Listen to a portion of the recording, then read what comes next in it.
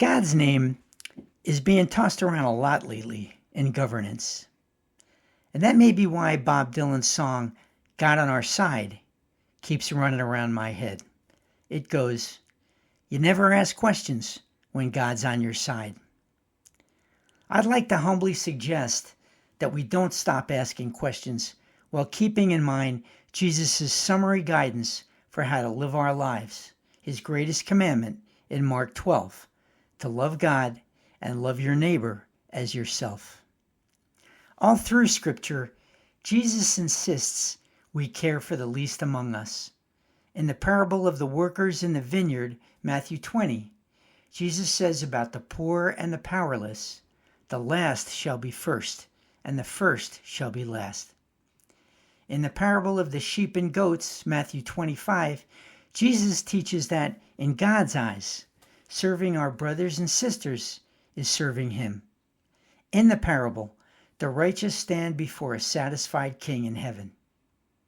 Then the righteous will answer him, "Lord, when did we see you hungry and feed you, or thirsty and give you something to drink?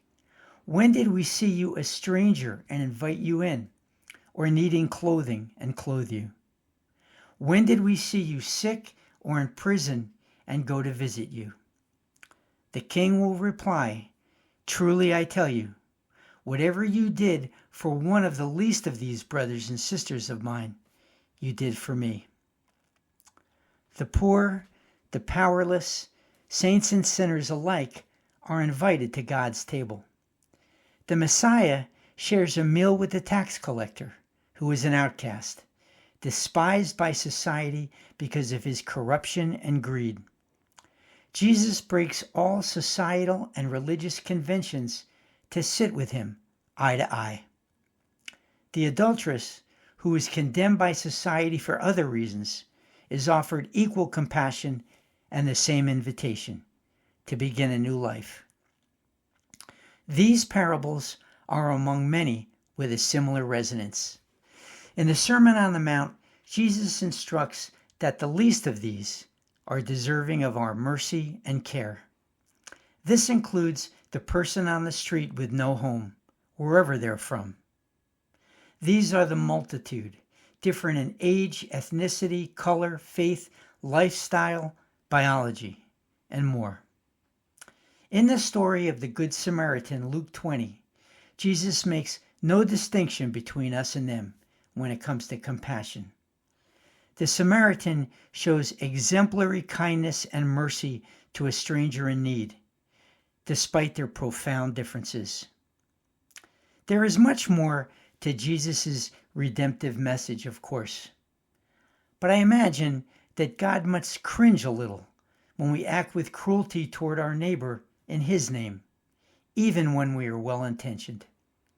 And God only knows how angry he is when the weakest and most vulnerable among us are persecuted and used like fulcrums for worldly ambition. We can't know the motivation in a person's heart, and it's probably better that way. But while intentions are impossible to discern, actions are not.